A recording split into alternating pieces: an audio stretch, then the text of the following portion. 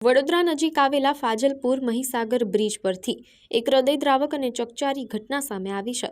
અહીં આણંદના એક યુવા ડોક્ટરે ચાલુ ટ્રેનમાંથી મહીસાગર નદીના બ્રિજ પરથી કૂદીને પોતાનું જીવન ટૂંકાવી લીધું હોવાની ઘટના સામે આવી છે। આ ઘટનાને પગલે તબીબી આલમ અને પરિવારમાં ભારે શોકનો માહોલ વ્યાપી ગયો છે। મૃતક યુવકની ઓળખ આણંદની કરુણેશ ફ્રેન્ડ્સ કોલોનીમાં રહેતા BAMS ડોક્ટર જૈનિશ કુમાર પટેલ તરીકે થઈ છે। ડોક્ટર જૈનિશ કુમારના લગ્ન જીવનને 5 વર્ષ થયા હતા અને તેમના પત્ની પણ ફિઝિયોથેરાપિસ્ટ ડોક્ટર છે। આ ડોક્ટર દંપતીને ત્યાં માત્ર 3 મહિનાનો જ માસૂમ પુત્ર છે, જેણે હવે પિતાની છત્રછાયા ગુમાવી દીધી છે।